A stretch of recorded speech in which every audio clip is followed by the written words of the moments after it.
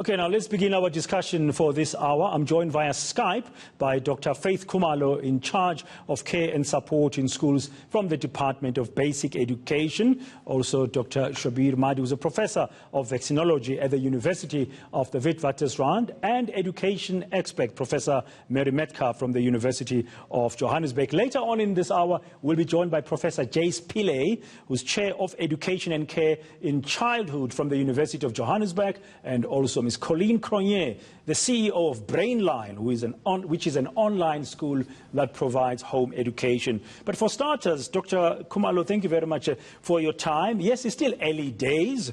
We just started schooling on Monday with grade 7s and 12. There's a lot of concerns ahead of it. But as schools opened on Monday, several stakeholders were impressed with how the department managed to get grade 7s and 12 back to school. Still very early on. What are your impressions?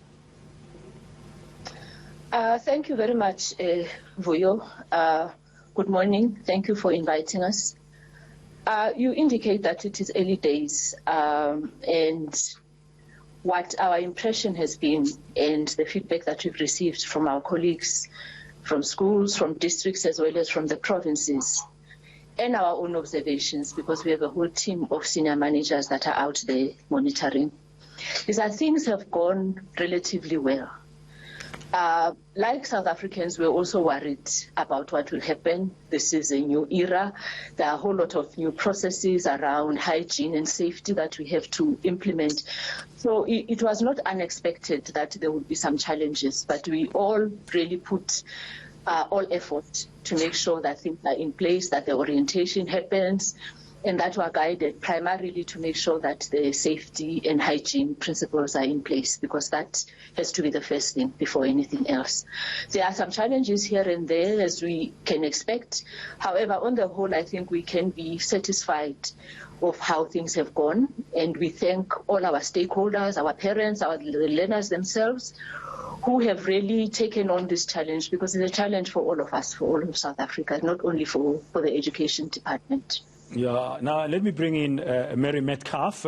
Mary, you and Dr. Shabir Mahdi wrote a joint article a few days ago about the shared responsibility between the department and stakeholders.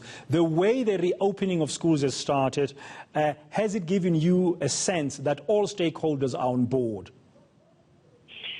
The question of all stakeholders being on board depends on the set of steps that need to be taken to establish readiness in every school, and with the support of both parents, broad community, teachers, school governing body at local level as much as at national level. I think that the first principle that we need to understand is that these are difficult times. They are completely unprecedented and unplanned for, and that all of us need to come to the problem with a sense of humility and without certainty, because everything can change and we have to be open to new learning. Now, readiness is complex. A lot of the public emphasis has been on having the materials that you need, the water, the sanitation, the masks. But what we're seeing in schools at the moment is having the materials doesn't necessarily mean that all schools have the systems in place to use them. So what we need, I think, firstly, is a solid sense of the science. What does the science tell us? And I want to use some examples of what's transpired in the last two or 3 days. We've seen schools close because a teacher has been tested as positive, and the whole school has been closed. Now, when Prof. Mahdi responds, I'd like him to respond to that, because I don't think that that is what the science necessarily supports, and in fact it will be causing confusion. The other thing that needs to happen is we need to understand scientifically from experts like Prof. Mahdi, how does the flu virus coincide with COVID? What do we do if children appear with flu-like symptoms, and how do we know how to respond to that? Because it may be flu, it may be COVID. What are his recommendations? So there's lots of uncertainty ahead. For now, I think that the schools that have opened, from what I've seen, and of course we can't move about, is that many schools are trying their very best to implement the procedures as required. Okay. But we need to support them with that implementation from the level of community. Let's bring on Dr. Mahdi. I also get a sense from the Education Department shortly from Dr. Khumalo. Prof. Mahdi, you've argued on other platforms ahead of this discussion that it's a good thing for children to be back at school. Scientifically, have we done the right thing here? And what you've noticed, it's still early days, of course, it's just day 3. Are we doing everything that's correct to make sure that we protect the children and the teachers? Yeah, so good morning and thank you for having me. So I think an important starting point in terms of this discussion is that the way that we are approaching it in South Africa and many other countries, unfortunately, is that we're considering COVID-19 as being something that is going to pass us by come the end of October or the end of November, when that is far from the truth. Most scientists now agree that basically we're going to continue experiencing waves of the outbreak over the next 2 years, for maybe even up to 3 years. So this is really the first wave of the outbreak. And I think we need to start understanding that we're going to be experiencing multiple waves. And that needs to determine the manner in which we approach even the opening of schools. So if we're saying the schools are not prepared or ready to open now, essentially what we're saying is that we're not going to have any schooling probably until the end of 2021. So this is not a 2020 problem. It's not going to disappear. This first wave of the outbreak will probably start waning in a few months from now. But then, depending on the behavior of the citizens of the country, it's going to influence how quickly we have a second break. So all of these non-pharmaceutical interventions that we're discussing, be it in schools or be it outside of schools, these are non-pharmaceutical interventions. What I'm talking about is the wearing of non-surgical face masks, the physical distancing, the hand hygiene, avoidance of overcrowding. Those are things that are going to need to stay in place until sometime in the future when we probably got a vaccine, or at least for the next 2 to 3 years. So I think that's an important starting point, is that we're not talking of the 2021 academic calendar year. We are talking of the academic calendar years for at least the next 2 to 3 years. Now, previously, as a pediatrician, what we've always been taught is that the cognitive functioning and your ability to actually sort of prepare yourself for future learning is really dependent on what exposure you get even before you go to primary school, right? So education in the first few years of life is when a child is best able to absorb new information and basically sort of in a way influences the development, the cognitive development of that particular child. So those are important elements. So it goes beyond an issue of simply that we can sacrifice 2021, because by sacrificing 2021 for a 5-year-old child, it's got a very different meaning compared to sacrificing the academic year for an 8-year or 10-year-old child. It's got very different meaning. Also note that when it comes to South Africa in terms of schooling, schooling is more than just about going to school to learn. In many rural areas, as an example, schooling basically is a place where many children get the one nutritious meal per day. So there are other elements at play. Now, what do we understand about the risk of COVID-19 in children and in adults? So the reality is that children are as likely to get infected with this virus as are adults. There's very little difference in terms of a child getting infected. If children don't get infected at school, children are going to get infected in a household. If parents are going out to work, they're going to bring the virus back to the household and they're going to infect children. So children are going to get infected. And it's something that we need to accept. There's no getting away from it. Okay. The big issue is how quickly does that infection take place? Yeah, Dr. Mahdi, that's a very important point, because it leads me to my next point for the department, Dr. Khumalo. If there would be positive cases, I mean, listening to Dr. Mahdi there, this is a long journey for us and for the world, not just South Africa, and the likelihood of infection will happen as we go into different waves. If you have positive cases of COVID-19 at schools and among the teachers or among the children, how is the school going to be dealing with it? From a caring and supporting perspective, what is the department's plan? I'm glad you phrased the question that way, Vuyo, because what we have been hearing over the past 2 weeks, certainly, where there has been a positive case that has been identified, either a learner or an educator, people then are saying the numbers are increasing in school, as if the infection has happened within schools. And we know, given the science, that those infections likely happened in the community, and we're finding them out now when the educators and the learners are back.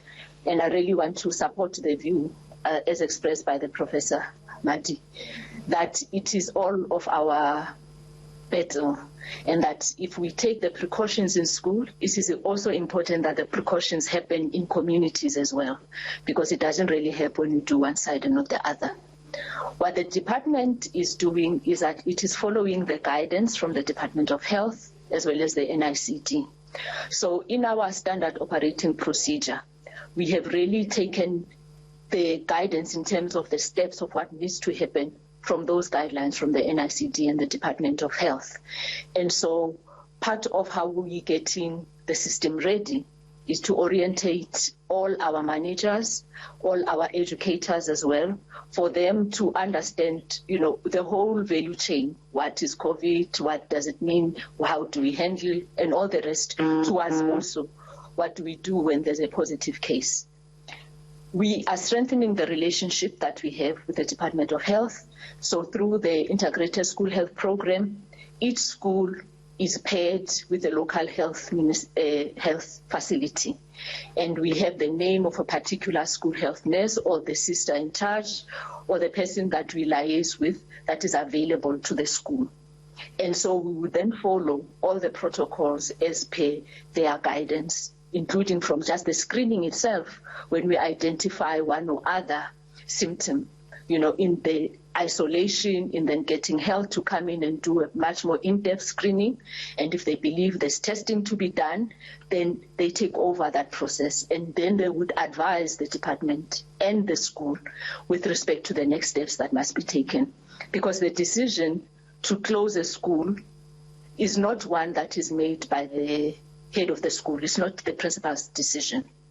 Ultimately, it would be the head of department that makes it. But primarily, as education, we must be guided by the science and what the Department of Health advises of us to do. Now, guided by science, Dr. Khumalo, I'm just going to bring Professor Madi back here, because Mary Metcalf referred to this right at the start of a response when we began the discussion. We are going into a flu season. We're already in winter. Flu season is upon us. I'm just wondering, Prof. Madi, the wisdom that will be required to differentiate between flu cases that we're going to have, and COVID-19 cases. I don't know how that's going to be playing itself out from a scientific perspective. Are we expecting too much from the education department? Yeah, so in a way, I think the expectations of the educational department is overambitious. We're not going to prevent children or teachers from getting infected, and as has been pointed out, those infections might be occurring inside or outside of the school. There's no scientific manner in which you can actually discriminate between whether a child or a teacher is infected with influenza virus or COVID-19, just based on symptoms. You need to actually be doing a test. And the reality is that we've got huge resource constraints in South Africa in terms of being able to do testing for COVID-19. We're not able to do adequate testing even when patients are being hospitalized, let alone running around trying to do testing in schools. So we need to become much more pragmatic in terms of our approach, in terms of what can be done in schools, including in terms of testing individuals. Now, we talk about COVID-19 as if it's only in people that are showing signs and symptoms. The reality of this virus is 2 out of every 3 people, or 1 out of every 2 people that are infected with this virus are completely asymptomatic.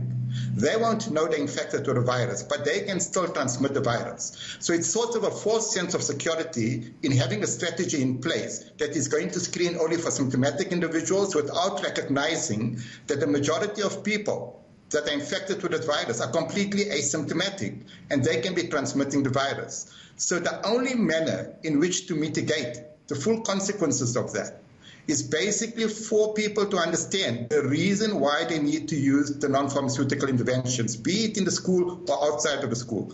But in terms of the strategy that's been proposed about how you're going to respond to these so-called individual cases or outbreaks in schools, from a practical perspective, it's something that's going to be close onto impossible to implement, simply because we don't have the type of resources that's required to be able to do the type of testing. But then it goes back to a fundamental issue, and that is, what is the risk to the learners, what is the risk to the teachers? As I've emphasized before, children under the age of 18 that do become infected with this virus rarely develop severe disease. They develop severe disease if they got major other underlying medical conditions. Amongst teachers, they can avoid themselves they can prevent themselves from getting infected if they ensure that they do not engage with each other in tea rooms, in staff rooms, that they ensure that they maintain physical distancing, that they ensure that they're using the non-surgical face mask, that they ensure adequate hand hygiene. That is what is going to protect teachers, not coming to school. Whether they're in the school or outside of the school, they need to adopt those NPIs to reduce their risk of becoming infected. But none of this is foolproof. Now, Prof, teachers as well as children are going to still get infected. Now, Prof, you make a very valid point. You raise the issue of underlying conditions as well for children. Dr. Khumalo, what's the plan of the department for children with comorbidities, those with underlying health conditions that Prof. Madi was just talking about? Because that's a reality that you're going to be faced with. Yes, that's true. We have received quite extensive guidance through the Ministerial Advisory Committee that was looking exactly at this issue around learner health and its interplay with COVID-19 and which categories of children are at risk of having a severe case of COVID-19 infection. And what the advice that we've received, and also looking at the literature worldwide, as Professor has indicated, children in general do not have they tend to have a mild infection. Yes, they are also asymptomatic in many instances, but even when they do get sick, they rarely require hospitalization and high care.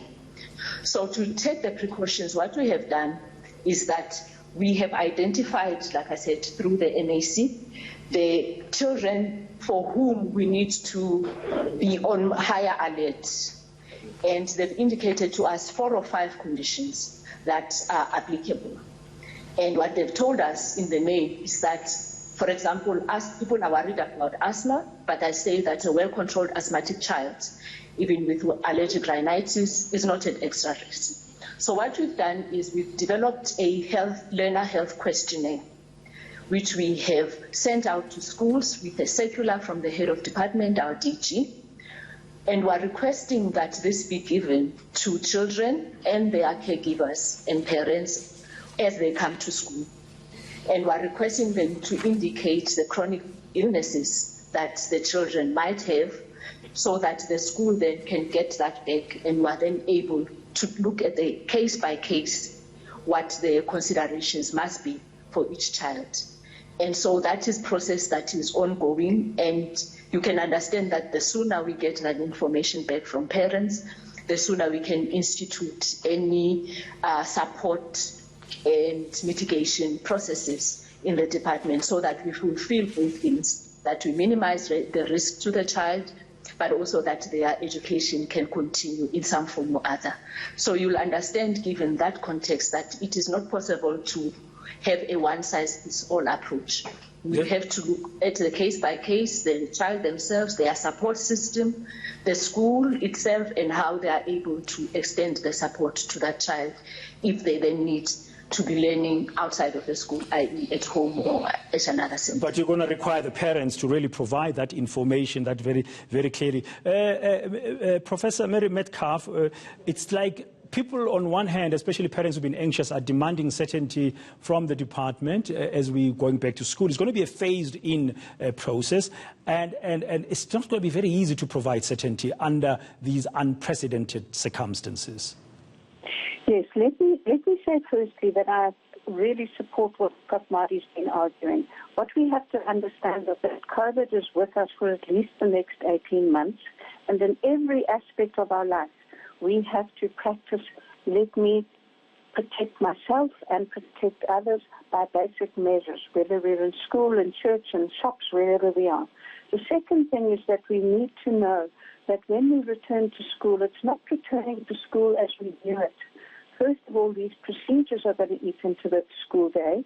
Secondly, we're not going to be having 100% of time of our children in school. It's likely to be 50%. They're going to be home and in community as much as they're going to be in school. We need to know that we're bringing children back to school because there's very strong reasons for doing it. There's social reasons, there's educational reasons, there's health reasons, there's psychosocial reasons, there's nutrition reasons. But we also need to know that it's not business as usual. It's not about cramming the curriculum. We have to make it a low-stakes return, that you are coming back in order to be supported in these multiple ways. You will catch up the curriculum over the next 18 months or longer, and you can't be stressed about whether or not you're going to finish the curriculum, whether or not you're going to pass or fail. We have to reduce stress in our learners. We have to have a much more flexible approach, and we need to recognize that schools can be centers of care and concern and health education and psychosocial support and opportunities to engage socially in a way that children need. So the return to school is not return to what it was, but it's very many positive benefits, including maximizing learning. The world is a different place. We'll continue our education discussion shortly. One of the issues that some people are discussing is the impact on the long-term impact on teachers and learners and children who've been homeschooling, and what are the benefits of homeschooling. The department itself has said parents who are anxious to get their kids back to school should apply for homeschooling. We'll explore that and other social and psychological issues when we come back.